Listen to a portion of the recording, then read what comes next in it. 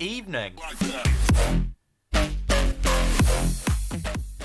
My name is Toby Lepati Mesme, and it's Sunday the 24th of January 2021. Just gone 7pm, and for the next half hour, it's the very latest in UK and US politics from a unique leftist perspective. That's right, it's your favourite left-wing talk show. It's MesmePolitics. Welcome along. Please drop a like on the video to help us out.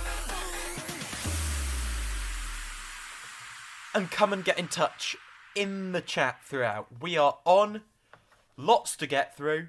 Coming up before the end of the show, I want to talk to you about why on earth we've not shut the borders in the middle of COVID with all these variants flying about. And a really sort of... The mask slipped a little bit on something the government said on Brexit. And it just sort of defies belief they said it out loud. But we'll talk about that. And I want to look into Trump's legacy and why the liberal establishment over-egged how much of a unique aberration he was and how little he was merely the inevitable conclusion of the system within which he existed. Next, I want to play you what has been going out on the Sunday talk shows. We'll hear a little bit from Matt Hancock. We'll hear a little bit on Lisa Nandy. But first, Indy is coming. That's right. An independent Scotland could be round the corner. Nicola Sturgeon has said she will hold an advisory referendum on independence if her Scottish National Party wins a majority in May's Holyrood elections, regardless of whether Westminster consents to the move. Her party is setting out an 11-point roadmap for taking forward another vote, which was to be presented to members of the SNP's National Assembly on Sunday. Signalling a new approach which moves beyond the current impasse of Johnson's repeated refusal to countenance a second vote, the roadmap states that if the SNP takes office after May, it will request from the UK government a Section 30 order, which under the Scotland Act 1998 allows Holyrood to pass laws normally reserved to Westminster. The document states that there could be no moral or democratic justification for delaying that request, and that if the UK government did adopt such a position, it would be unsustainable both at home and abroad. It adds that if agreement was not forthcoming from Westminster, the SNP government would introduce and pass a bill allowing a legal referendum to take place after the pandemic, and would vigorously oppose any legal challenge to it from the UK government. Four Nation polling from the Sunday Times has found that a majority of voters in Scotland and Northern Ireland want referendums on the breakup of Britain, and in Scotland in particular, a clear majority, a consistent majority, want to vote out of the Union. Let's have a listen to Nicola Sturgeon today. Well, it's Robert Burns' birthday tomorrow, our annual Burns Day, and when I hear Boris Johnson talk about this, I kind of bring to mind a Burns poem, Cowran Timorous Beastie, what a panic's in thy breastie. He's frightened of democracy. The polls now show that a majority of people in Scotland want independence. If the SNP win the Scottish election in a few months' time on a proposition of giving the people that choice, then what Democrat could rightly stand in the way of that? So Boris Johnson clearly just fears the verdict and the will of the Scottish people. I mean, she's right. She's completely right when you think about it. The Scottish people have the right to hold a referendum, if particularly considering it's a proportional parliament, pretty much in Scotland, or partially proportional. Considering the SNP are on track to get over, perhaps comfortably over, 50% of the vote. That is the majority will of the people of Scotland, right? That indicates if a majority of people vote for a pro-second referendum party, the second referendum has democratic legitimacy in a very clear, concrete way. Nicola Sturgeon is right. Wherever you stand on the debate in England, it's not your choice who the Scottish people elect, and if the Scottish people elect a party that wants independence and wants to hold a referendum, and it's a very clear majority for that party, then who are we to stand in the way of allowing democracy to take its course? Particularly, there are very key differences with this and a second referendum for Brexit. There is a grassroots majority of the Scottish public that want, in the foreseeable future, a Scottish independence referendum and a clear majority that would vote out. Whereas, when it came to Brexit, there was no majority in the country. There was a loud minority for a second referendum on Brexit, and there was no majority to overturn Brexit. We would have been talking if a political party had been polling at 50% that was anti-Brexit, but I don't remember the Lib Dems polling at 50%. There was no real democratic legitimacy to overturn Brexit. There is democratic legitimacy to look again at this, in particular considering the big constitutional changes, including Brexit itself, that have taken place since the last Indy referendum, that mean if the Scottish people, whatever its impracticality, if they vote for that party, they have every right to hold that referendum. An out vote would be a political reset for Britain and for Scotland, and it would be a defeat against a united establishment devoid of political ideas. If I was in Scotland, I would vote Indy. And I'd vote Indy, not for any great affection or love for the SNP, but because I think the conditions to build a socialist, egalitarian Scotland would be best served outside the United Kingdom. That's my view. The Scottish people have the right to self-determination, and whatever they say is sovereign, and whatever they say goes. And it certainly looks like we are heading towards independence. Two interesting conclusions of that is A, it makes it look near inconceivable for Labour to form a government at the next election, because those 50 seats, while they're in the hands of the SNP, those 50 seats that the SNP hold in Parliament, those 50 Scottish seats or so, are essentially the bloc that would prop up a minority Labour government. Without those seats, Labour would have to win in England, basically. While it's not completely inconceivable, it seems implausible that any such thing would happen in at least the next decade, maybe more.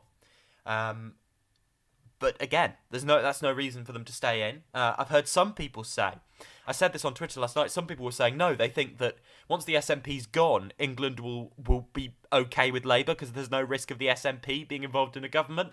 I don't know. I don't know if that line still sticks. It definitely stuck as an attack line on Ed Miliband in 2015. Who knows? We will see. But I think Indy's the right way to go. Another interesting consequence is Boris Johnson would definitely, if there was an Indy vote and the process began, resign. He would be gone as Prime Minister.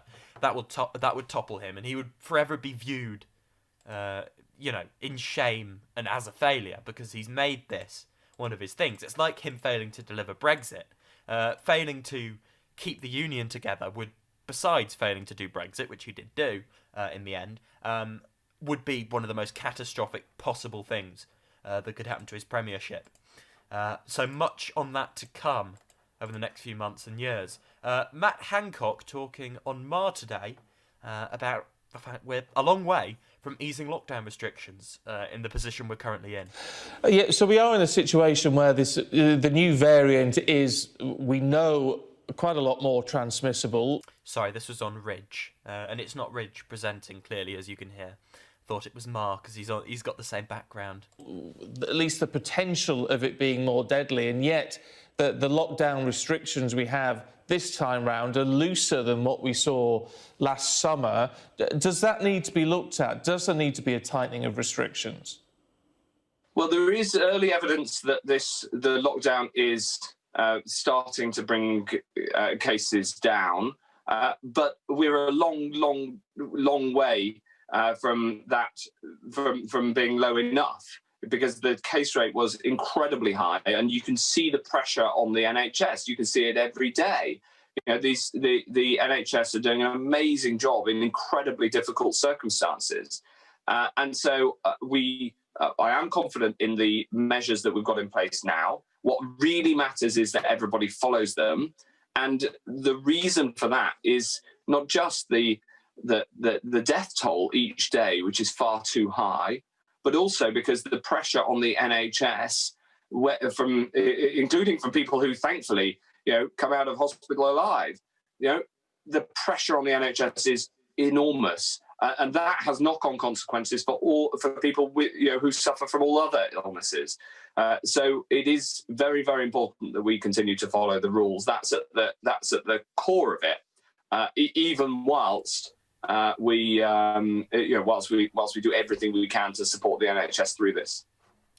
Throughout his appearances on the Sunday shows, Matt Hancock had basically nothing new to say. He was asked in detail about various things. There were no painfully cringe moments. Maybe he's getting better at answering questions, I don't know, or evading them in a less blatant manner, but literally nothing noteworthy from what I can remember of what I saw this morning. And I flicked, obviously, through the various channels and watched the big interviews, as is, part of my remit, part of my job. My research for this show is sitting in bed on a Sunday morning watching the politics shows and wanting to put my head through a wall when they don't answer any questions. But, vaccine passport, there's been talk of that in the Sunday papers. Is a vaccine passport a good idea? I don't know. Or a permit to get you into whatever establishment it is. It makes sense practically, right? You're secure from COVID. You can have more normality. But the civil libertarian in me is a bit worried about increasing surveillance powers to that extent, maybe in a temporary manner, but when things are temporary, much like the security measures after 9/11 in America, they tend to become permanent. It doesn't sit very well with me. I understand the argument for it. I wouldn't necessarily stand in the way of it, but it makes me uneasy for reasons I think we should all be made uneasy by overreach in terms of surveillance, government surveillance and things like that. I have a healthy scepticism for those sort of things.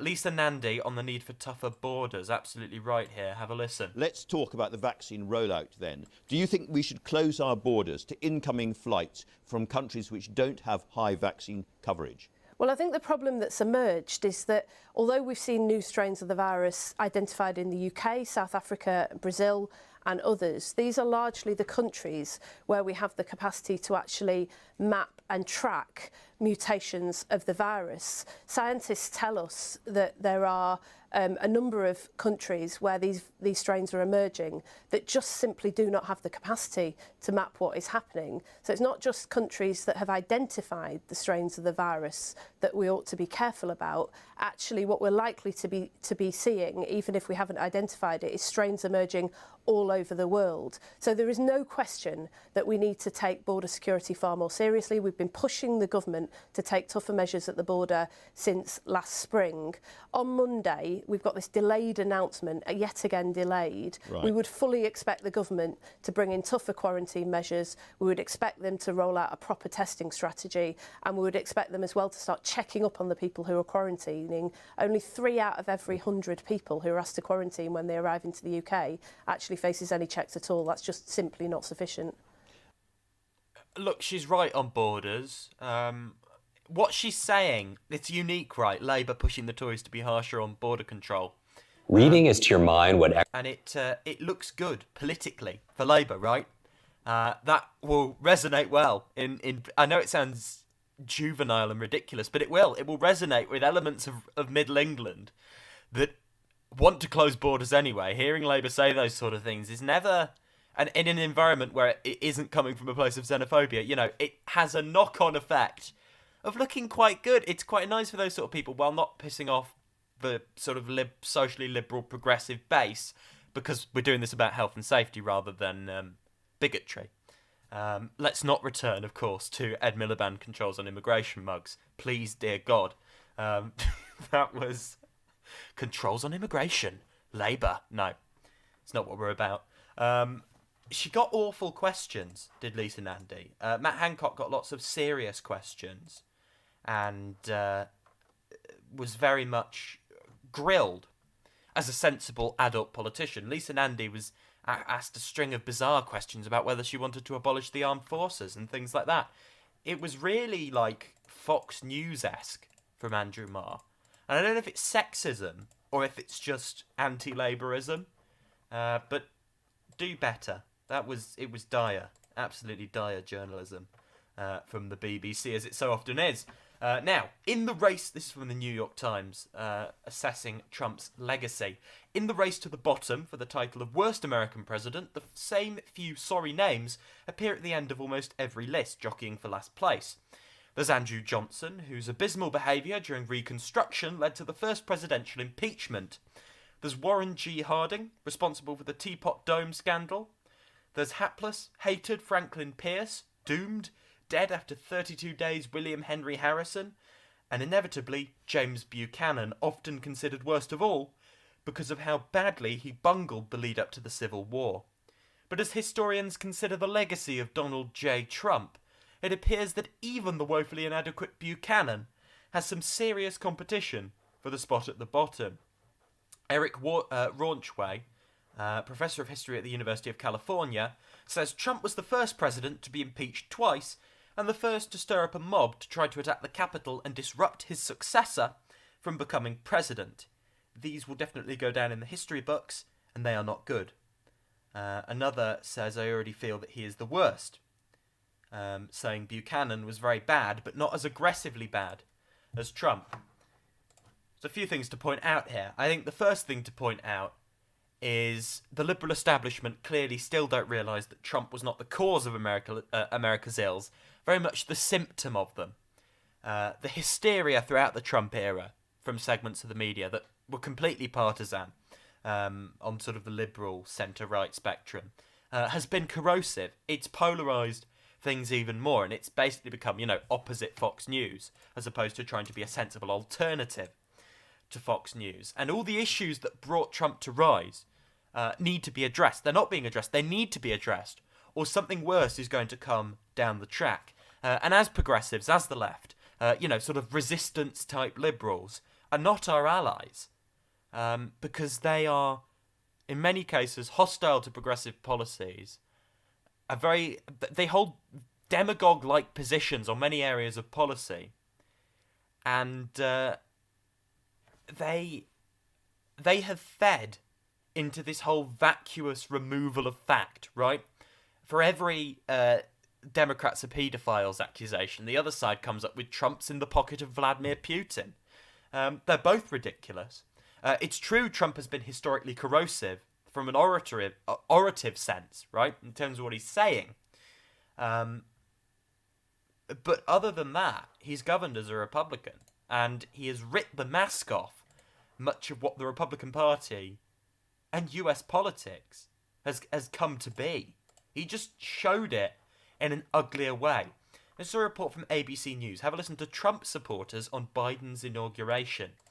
Now, this will be interesting. For many Trump supporters, this week was a time to say farewell to the president they voted for.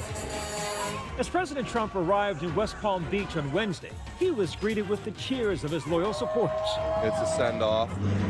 Congratulations. It's a celebration. It's a welcome home. But he stood up for us, and now we want to show him how much we love him and that we support him.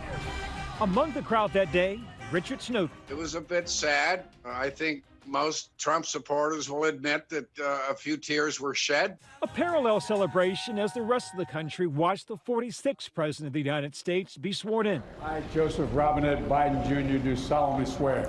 President Joe Biden calling for the country to come together. Unity is the path forward, and we must meet this moment as the United States of America.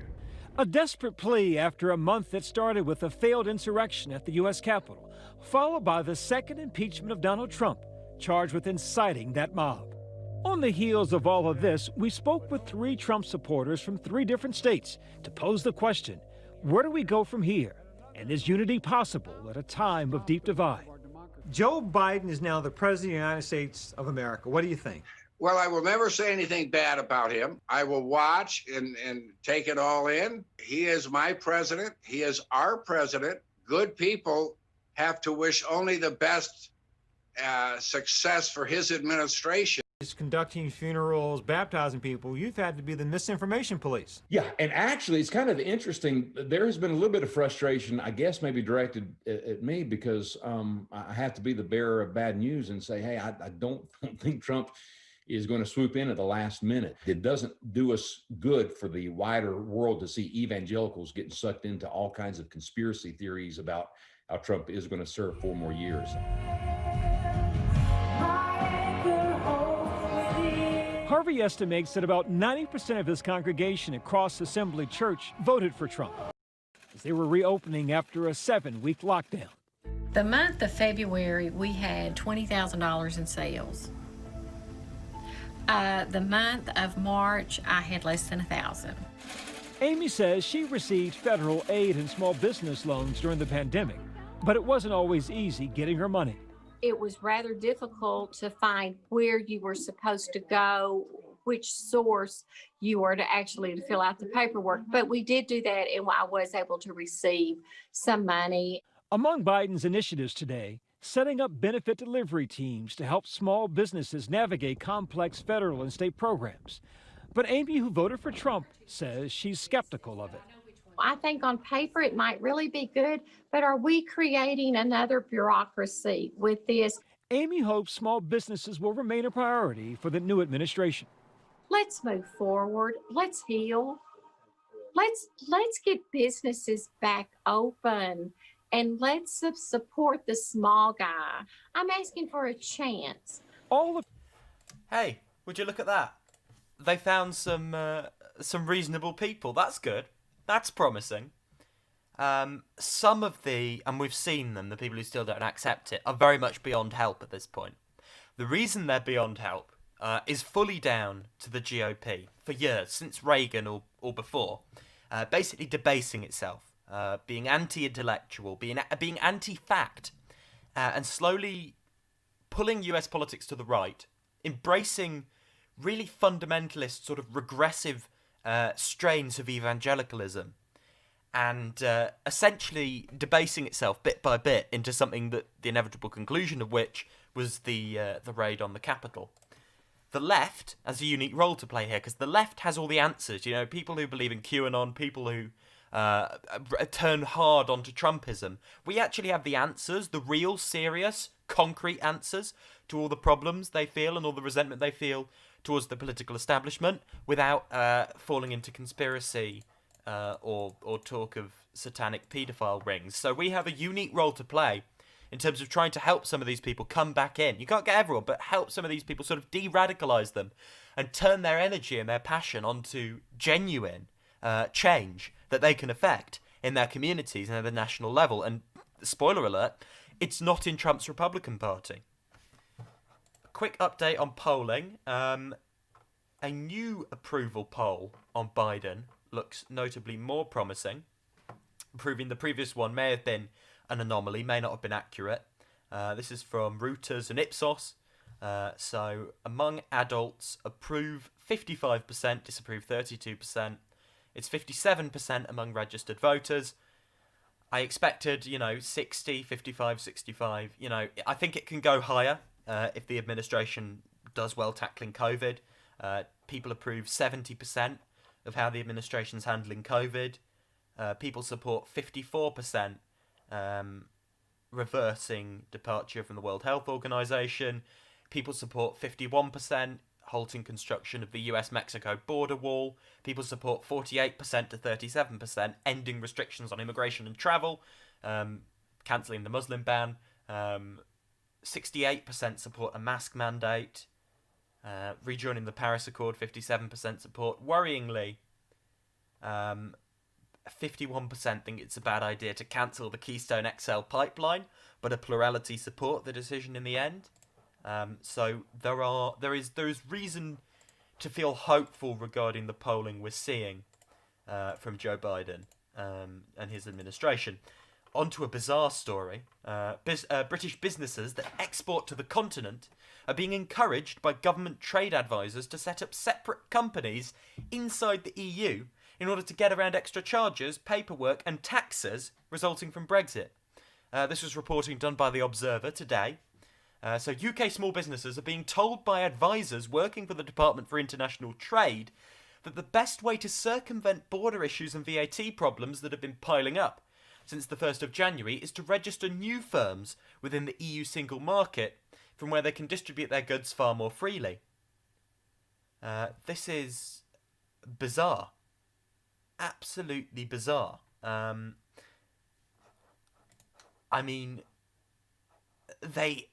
can't, can you just think about that? These are this is the Brexit government, basically. This is the Brexit government. You're being told to move your business into Europe. It's beyond parody. What the actual? That's the first thing. Just what on earth? The second thing is, this government has no idea what it's doing, do they? They have no idea what they're doing. Absolutely no idea. They've said it out loud now. So much for all the things. You know, this is the inevitable conclusion. They have no idea what they're doing.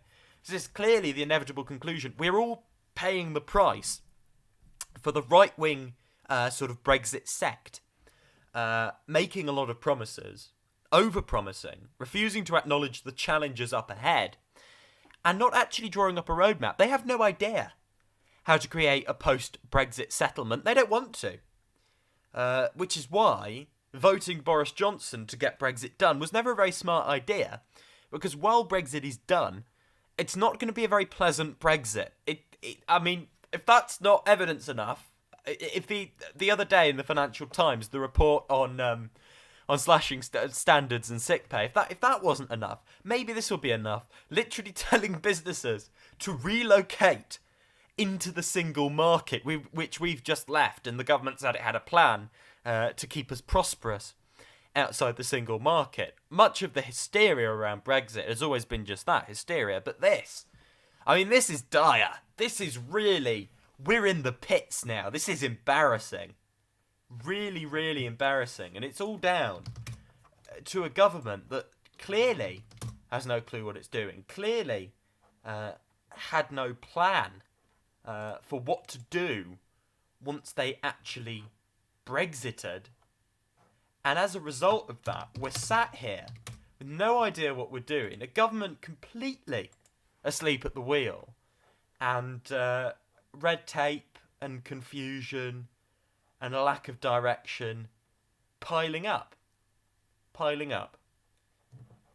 Let's have a quick listen to the Shadow Home Secretary talking about a comprehensive COVID-19 quarantine system for incoming travellers. We talked to the Health Secretary, Matt Hancock, about the UK's borders amid reports the government could tighten rules for arrivals from abroad. It's something Labour's Shadow Home Secretary, Nick Thomas-Symonds, has some opinions on.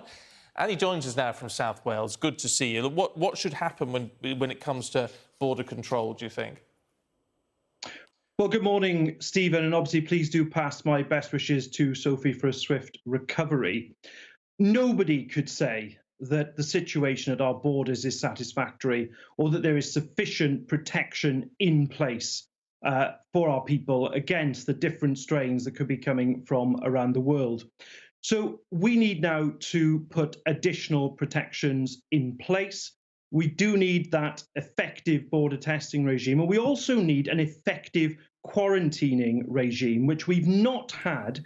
The government did not introduce a comprehensive quarantining regime until June last year. As you can hear, the government very clearly, the opposition clearly pushing on this, and right so. It works for them politically, and it's the right thing to actually push the government on because it might make a difference. As we say here, Boris Johnson is facing increasing pressure from cabinet ministers and scientists to impose blanket border control measures against COVID instead of his preferred option of a targeted approach, as experts warn that this may not protect the UK from importing further mutations. Ministers are set to meet on Tuesday to weigh up the merits of a border policy which could require all new arrivals, including British citizens, to quarantine at their own expense in government-supervised hotels. Johnson is said to favour a more targeted approach, which would only require travellers from high-risk countries like Brazil or South Africa to stay in quarantine hotels. Health Secretary Matt Hancock and Home Secretary Priti Patel are arguing for stricter measures backed up by quite a lot of scientists on SAGE. All there is to say on that, really, is close the damn things. Of course. What use is what we're doing now? We have to crush this virus. That we don't know what's going to happen with vaccines. We don't know what's going to happen with anything else. We do know we should be pursuing a zero COVID strategy and crushing this virus. And we know step one of that is closing the damn borders. Why? This government that's fetishised slashing immigration and getting tough on people in dinghies, they won't close the borders at the one time where there's a consensus that we need tougher border controls. What?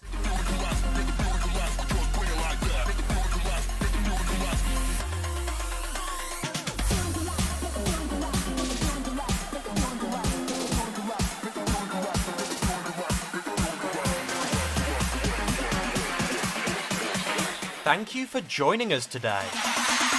Back Monday. That's right, it's been MesmePolitics. My name is Toby Lepati Mesme. Please subscribe to me on Medium at Toby Joshua Politics for my twice daily 2-minute reads, or get my latest hot takes on Twitter at Toby Joshua UK. Subscribe with notifications on. We are back same time, same place tomorrow, kicking off your week, and I hope this one's been a good one, kicking off your week with all the latest for another half-hour show. See you then.